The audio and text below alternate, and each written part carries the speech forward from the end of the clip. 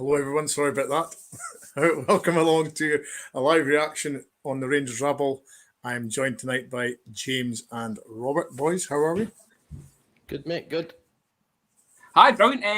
I'm just on a bike ride. Just done a wee bit of exercise. I thought I'd come in and join you. I'm on a high. I've got a wee bit of positivity running through me. So let's go. Good stuff. Good stuff. So yes, me and Scott Kerr did the Daily Rabble this afternoon, and we were kind of hoping there was going to be some form of news, but as typical with us, it dropped not long after we had recorded it. So, James, your initial reaction to Leon Balogun returning? I'm not upset about it, mate. I think the guy knows the club. He's not going to take 6 or 7 weeks to settle into things. He knows the winning mentality of the club, so I think it's a good signing, mate. The guy knows he's obviously coming in to do a bit of cover. So for me, it's a safe signing. Yeah, and that's the sort of overriding feeling, Robert. It's a safe signing. He knows we know what we're getting, don't we? Well, I like to think so. I've seen a lot of overreaction, I think, on social media, but this one that's. When I heard the news myself, I was a wee bit shocked. I thought it might have been a follow special, but no, it's come to fruition, and here we are. He's back, and I've just listened to the manager talking there, and the manager seems quite calm about it. The lads have also reacted well to seeing Balogun back in, so it's one of them. Sorry, my dog's just ran in here. Don't go on daft. It's one of them. I think we'll be all right. And the manager obviously touched on as well. It's early in the window. Like there'll be other additions coming in. I think it just needs to be a wee bit of calm. And the overriding message I get is the fact that we get caught out last year and we don't want to get caught out again. So it's smart. It's clever. If you make mistakes, you've got to learn from them. And clever obviously learned from the one we made last year. Yeah. Obviously, Robert's alluding to the fact that we virtually had no centre halves during the Champions League run last year. So it's easy to say, James, that the fact that Balogun was signed, or the news of Leon King's injury was yesterday, and then of course Leon was signed, or announced today. So is it as simple as, as soon as the news came that Leon's injury was going to be quite severe, then they moved quickly for Balogun? I think the manager's going to be commended for that. He's obviously moved quickly, mate, and he's obviously sorted that right away. So, I think I take my hat off. You know what I mean? Mick Beale, we've got to trust him. If Mick Beale can see something in him, we know what he can do. He's been there, he's done it. So for me, like Paul said there, he brings bags of experience and he knows the club. So for me, safe bet, and the guy knows he's not going to play every single game. So for me, it's a easy signing man to bring in. So no, I'm quite happy with it. Sean is asking a question here, Robert. I'll take it to you. Oh, sorry, wrong one. Do you still think we'll bring in another left-sided centre-back, or only if Davis leaves? Well, listen, this stuff about Davis leaving just won't go away. And it's one of them. I've not heard anything for the club or the manager or the player himself saying that he doesn't want to be there. It seems to be sort of Rangers Twitter, if you like, sort of drumming this one up and keeping it rolling. So I don't know. I think if Ben Davies stays, you might see the Panzo one won't go away with it as well. So, but I sort of read earlier on that Forest might want a sort of bidding war for him. I think we'll definitely bring another centre half. I think it's an area that we need sort of strength in. Obviously, King's injured as well, but just on Balogun, Peel keep alluding to obviously his age and his experience. These players now look after themselves. They really do look after themselves. It's not like 20, 30 years ago where at 30, 35 you were done. This guy could probably go another 4 or 5 years. You just don't know, do you? And he looks lean, he looks fit, and he always hasn't. I know he's had injury problems, and that's probably at the back of everyone's mind. But if he can come in and maybe play, 15, 20 league games, and we saw in Europe before, he's a threat from set plays. He can get in the box and get a header. So, no, I'm happy. It's low risk. I don't imagine he's going to be in bags of money. And he'll give the squad a lift. The likes of Tavernier and Goldson will be happy to see him. And I think him and Goldson sort of had a decent enough partnership when he was last there. So I always remember that game he played at right back against Celtic, and he was absolutely phenomenal. So I just think, as I say before, a wee bit overreaction on social media. I know it's not a big money buy or whatever, but the club have acted quickly and got a guy in that you don't really need to put too much into. For me or all guys, obviously there's a lot of folks saying about his age. David Beer, what age was he when he came into us? And the guy, I think it was 54 by the time he left us. But no, again, as Robert says, players look after themselves now. He might not be as quick as he was maybe last year or 2 years ago, but for me, I mean, players like that will learn to bring on to like getting a good positional sense. Because how many times did you see Davy Weir getting caught out for pace? Just got to be good at reading the game, haven't you? I mean, here's a good point, Robert. You know, Paul, we're not in any rush to bring in another centre back. Transfer window has plenty of time still to go. Patience is needed. I mean, I think I said to Scott earlier on in the morning rabble, you know, I think we've got over 30 players on the books now.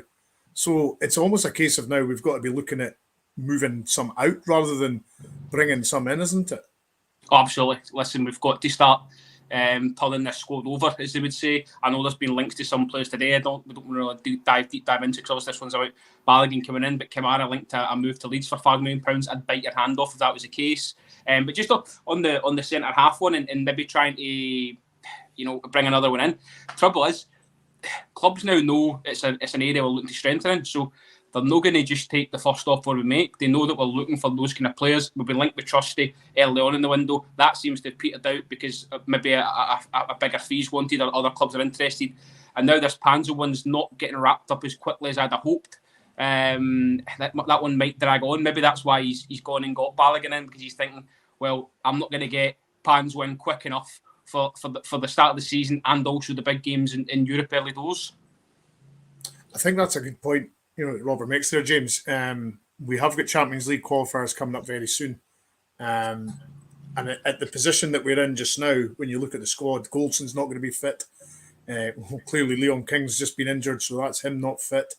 That will only leaves us Suter, Davies, and I think it was Mayo was the only other sort of recognised centre-halves that are fit. So we did need a bit of experience in there, and I think Michael Beale did mention, you know, we need some bodies with grey hairs as such as he's meeting as more experience. No, I could have signed in for him, mate, because I've got plenty of grey hair in the top of my head, you know what I mean? So, no, but he has obviously this experience that Balogun's going to bring to the club will bring on these younger players as well for me. So it's good that Michael Beale's out there and acted quick, because, as you say, we've got these big, massive games coming up. The Champions League qualifiers are going to be massive for Rangers this year, and it's going to be, if fingers crossed that we do qualify for it, I think you'll see serious money getting spent on maybe one or two other players coming in the door if we get into the Champions League. Yeah, definitely. Aldo here, Robert. You know, Leon will be good for the new players. You know, let them know what it's all about and playing for a beautiful club. I mean, he's got all that experience as well, playing. You know, the 2 or 3 years that he was here previous. So, you know, that'll. I think he's almost been brought in for two aspects: his aspects for on the pitch, but also his off field, because he seems quite an influential sort of character when he's in the dressing room, doesn't he? Oh, listen, he's got a massive, massive personality. He's a guy that seemed to buy into the club massively as well. When he left, he seemed rather disappointed about leaving. He sort of lingered about Glasgow for a while when his contract was up, and the hope that maybe he was going to get that call to come back in before he actually did move on, if you remember rightly. And he looks absolutely delighted to be back. A bigger cheesy grin than I've got when he was signing that contract. So people go on about his experience, but I think it's important to remember as well that he's going to have a familiarity in terms of systems, in terms of the manager's voice and what the message he's trying to get across, which again could be invaluable.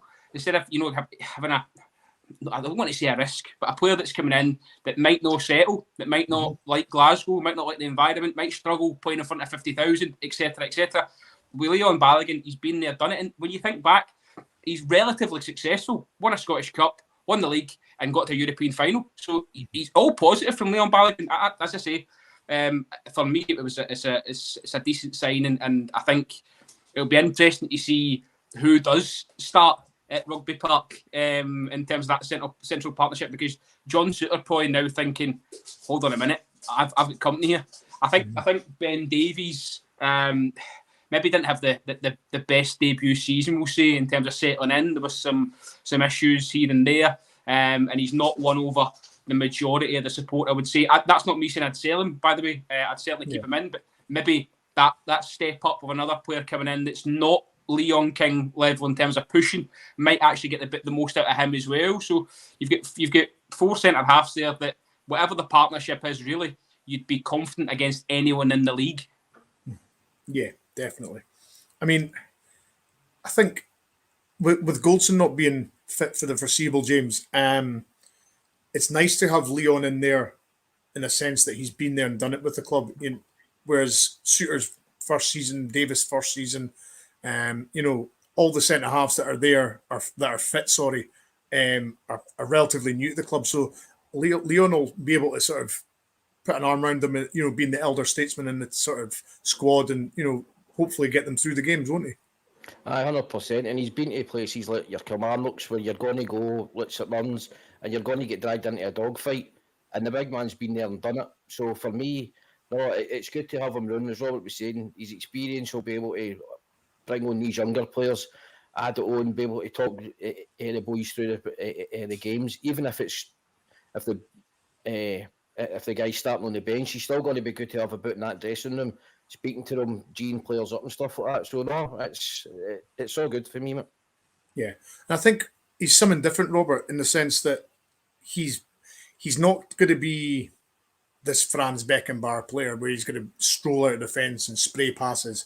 He is all about pretty much defend, get the ball, and move it on to somebody else. Of all the other centre halves we've got, they all like to play about and use the ball and pass it. Whereas Balogun's not that. He's just a pure defender. I'm going to just put my body on the line, basically, isn't he? Absolutely.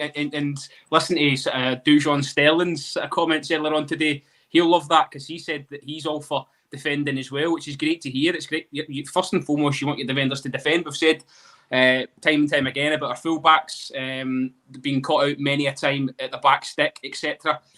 These guys seem to know the art of their game, which is what we want, really. Just on Balogun in particular, you mentioned there, or pardon me, James mentions there about sort of drawing on his experience and stuff.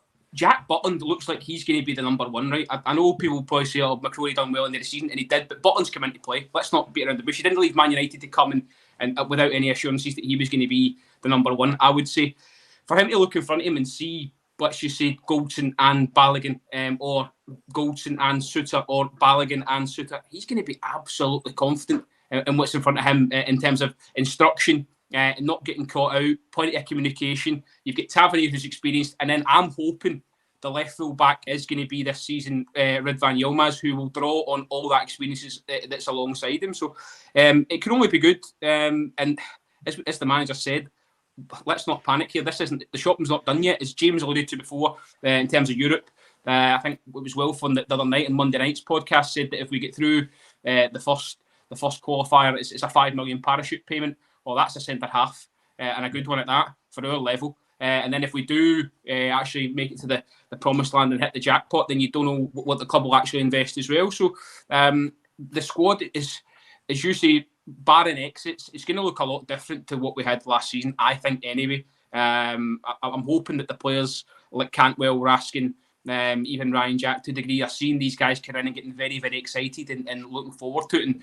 And hopefully we see a bit more intent. I want us to start to be really intent for the first whistle and putting teams away early so we can try and get bodies on and use the 5 substitutes and really rotate this squad, because as you said before, the squad is swelling. It's not growing. It's not going down. And I think Michael Beale said late on in the season he wanted to have just sort of 2 players for every position and have a tighter squad. We're not seeing signs of that at the moment. Well, as I say, I counted 33 players in the squad.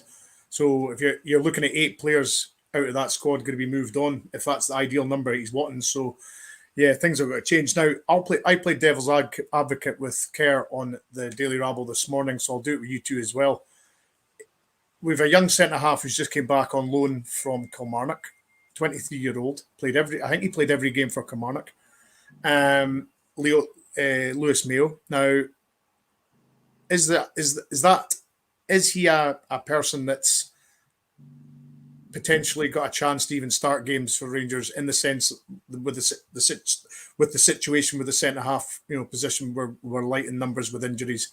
Do you see him, James, even getting close to getting a start? Unfortunately, no. I can't see it, because For me, this is a massive season for us, and we've got to get that title back. So he's going to go with the tried and tested people. He's going to go with his signings. As Robert was saying, there will be maybe another centre half coming in. He will be playing the guys that he knows and that he can trust. I'm not saying that Lewis Mills can't be trusted. I've obviously not seen him much. Obviously, been out and loan at Kilmarnock. I wouldn't have watched him anyway. But for me, it's going to be the tried and tested, mate, to get this league title back next year. And it's a shame because the boy might be a really, really decent player. But for me, mate, it's going to be John Souttar the new until Big Golson's back fit with AN another and next to him. I mean, is it a situation where, Robert, that this guy's potentially could save us some dough in the sense that he could play him and he might actually surprise a few people? Because let's be honest, playing for Kilmarnock is a completely different story for Rangers in the sense that you're defending a lot more at Kilmarnock. You're under a lot more pressure from teams attacking you, whereas at Rangers, you're in control of the ball a lot. You will have to defend at times, but not as severely as Kilmarnock. So, is it a sense that he might be able to slot in there? Well, listen, how can I put this? He obviously got the glowing report at Kilmarnock, done really well by all accounts. But if the manager had any sort of intention of playing him, you'd have thought that was the perfect point. One young player is dipped out, let's slot another one in. But he was quick to bring in experience, which makes me think that maybe whether he's not seen enough of Mayo, this dog gone daft right on cue. Maybe he's not seen enough of Mayo, or he's thinking, well, he maybe could do another loan at a higher level. We just don't know. But I would agree with James that he's not going to be in the manager's plans, especially when you think that the versatility has been mentioned about Dujon Sterling as well, maybe playing in the centre, so that would maybe be covered as well. Lundstrom can drop back in if he's going to stay in. So I just think that for Lewis Mayo, it might be the right time for him to move on and play every week, because he's probably going to have a taste for that now, playing for McInnes every week.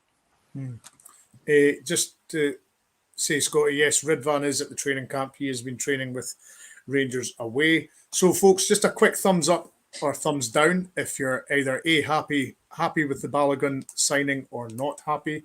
As I say, it's a year deal. It's basically, from what we all believe, it's basically to cover Leon King's injury period, because Michael Beale did say it's going to be months rather than weeks. So that's unfortunately not good, and we hope that Leon King gets fit quick. So if it's a thumbs up, you're happy with it. If you're not happy, it's a thumbs down. We'll quickly go on to Kamara, because there's obviously a lot of people in the chat speaking about that. James talks of a 5 million bid from Leeds. Is he not better than Leeds? Mate, he's better than 5 million for me. Right, yeah. I'm sick of us underpricing our players or underselling our players. Glenn Kamara's a £10 million player all day for me. Regardless, I know he's form dipped, but what I'll say to you is Mbappe, his form dips, does he come away from being a world-class player? No.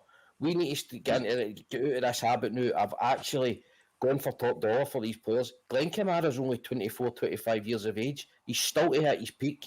So anybody buying him is getting him for the next 6 years. So why are we underselling him at £5 million? No for me. And if nobody meets the 10 million thing, I'm more than happy to keep Glenn at the club. For me, don't go this selling him off just because £5 million come in the door. No for me. Nah. Robert? Listen, I've never wanted to follow up with James in my life, but this might happen. I'd bite your hand off at 5 million, because there was talk in the week. I can't mind what country we're looking at, but of €2.5 million, which isn't even, what's that, £2 million. If he's going to Leeds, take the 5 million, move him on, because he's one. Regardless of form, I don't think he's happy in Glasgow anymore. He looks absolutely miserable. His international form is probably the only thing keeping any value in him, because he's really thought of highly for Finland. So I think at £5 million, take it, move on. I know what James is saying in terms of selling them at the peak of their powers. We missed that boat with Glenn Kamara when the likes of Nice and stuff were sniffing about. You've got to sell them like you did Bassey, bang, when they're in the forefront of everyone's mind and they're putting their best stuff. If you miss that boat, then you've got to just then take what you can. And at £5 million, that's a decent return for a guy you bought for 50 grand. And it's another one away, and it's bringing that squad down. Because let's be honest, Glenn Kamara's not going to be starting against Kilmarnock, is he? No, I wouldn't imagine he would be. No. So just take the money and reinvest that, or keep it in the bank. Do whatever you want. But I think we're no short in the midfield area. And as I said before, Glenn doesn't look like he's been happy for a while. I think if he was honest with himself, he'd agree with that. Yeah, absolutely. As I say, I was totally just playing devil's advocate there. But I kind of do agree with James, Robert, in the sense that the club do undersell our players a lot. No, exactly. That's what I'm saying. But that's not through opportunity. We've had the opportunity to sell players for big money and hung on to them for whatever reason that may be. The likes of, so obviously Morelos springs to mind immediately. Maybe Barisic at some point. I just think that we've hung on, and if you want to be involved in this player trading model club idea, then you need to just get rid of sentiment. Players will come and go. We've had better players than Glenn Kamara, and we've replaced them, and they've went. So you've got to just try and get as much money as you can, because for all the investment in Edinson House and the new sports bar and this revenue current, the football club managers, etc., the guts of your income is going to come from selling players. Yeah, absolutely. And I don't think he's been the same guy since that racism incident. I think ever since then, his form's never been the same. So it's a shame as well, because there's been times that Kamara has been quite instrumental. I mean, that game against Leipzig, scored the second goal, was really influential in that European run. So there is a player there. It's just unfortunate that Bryan, form's dipped. On his day, he's Rolls Royce, Yeah. but he needs to be in the right environment. He looks like a player that needs confidence as well. Needs to have a few buddies in the squad, I would say, with the likes of Bombassi seemed to a wee gang there, and they were really all thriving at the same time. So no, he's a Rolls Royce, no doubt about it. He's just fell off, and I think it's probably best for all parties that he gets a fresh start, we get some cash in the bank, and we move on. Maybe Big Balogun will sort him out this season. I've just played devil's advocate. Absolutely. I've just winded you up. But so yeah, Leon Balogun is back in the building. So nice to see him back. As I say, it's going to be a year deal. So it's to cover obviously Leon King's injury by the looks of it. As any other position, well, obviously there's still the Danilo talk, there's still the Cifuentes talk. But until there's anything concrete, we're not talking about them, because we're sick fed up of rumours, aren't we, guys? Oh, listen, I'm happy with the business. Sorry, James, I keep talking, I keep butting in, but I'm happy with the business the club has done. I said the other night, I don't think I was the only one. I think you were the only one that disagreed, James. But I think Jack Butland could be the best signing so far. I mean, even just seeing snippets of see the way he comes across and talks, and seems like a really, really a good addition. So happy with all the business we've done. Maybe question marks over one or two, but I'm hoping they'll dispel them when they start playing at Ibrox in competitive matches. But not happy. And as we say, we're not finished yet. We are not finished. No. I'll let you talk now, James. I'll shut up. Nah, you're all right, mate. I think you've had it in for me, mate, since I tried to steal Alan after all night. No comment. Just to answer the Scotty, Danilo, I think the last two friendlies that Feyenoord have played, he scored. He started and scored them both. So that's getting James a deal that's going to be. I'd find it amazing if Feyenoord would sell their striker that scored 2 and 2 in I mean, I know it's friendlies, but I'd be amazed if the money's, unfortunately for us, the Danilo money's just going to keep rising if he keeps banging in the goals in the friendlies. Well, I think obviously that player maybe even force a move through as well. Do you know what I mean? Because by all accounts he's wanting to come to Rangers. So again, mate, players have got a hell of a lot to say now and what happens in these transfers, and he might just obviously want to force the transfer through, and a Feyenoord going to have that unhappy player on their books that might disrupt their dressing room. It's one of the chances, mate, that they're going to need to take. Yeah. You would see. Sorry, Bryan, just to put in there. See, let's just say he comes tomorrow, right? Let's just say I'll play devil's advocate as you will do. Let's just say he comes tomorrow, right? We'd have 7 strikers almost. We'd have the 3 boys that have just come in. Sima, Dessers, Lammers. You've then got Danilo. You've got Cholak. You've got Kemar Roof, and then you've got Wee Fashion as well. Like, where are all these guys playing? Well, this is the 8 sort of players that are going to have to get shifted on, isn't it? And you're not, and as well, Danilo's going to be looking at that thing, right? Okay, I'll come, but you've just signed 3 strikers as well. Am I going to play? You've got Kemar Roof looking half decent in the clips that I've seen him in training as well. He's in the last year of his deal, and arguably, as we mentioned before, best finisher at the club on his day. Cholak, okay, maybe a late. Fashion gets you goals as well, so I don't think we'd sell him unless there was a decent offer on the table as well. So I don't know. It's a big outlay. It seems €7 million or £7 million was talked about at one point. That could go up with the form that you've mentioned before. And I just think to myself, like, if he's coming in at that number, he's going to have to play. And Dessers is coming in at a decent number as well. He's going to want to play. Where are you putting them all? He might be one of the guys who they'll bring in later on. Say again, sorry.